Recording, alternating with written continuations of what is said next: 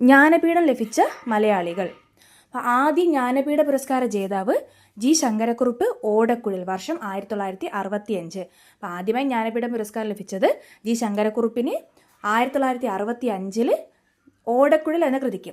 രണ്ടാമത്തെ Malayali S K Pottekkatt, ഒരു ദേശത്തിൻ്റെ കഥ എന്ന കൃതിക്ക് 1980.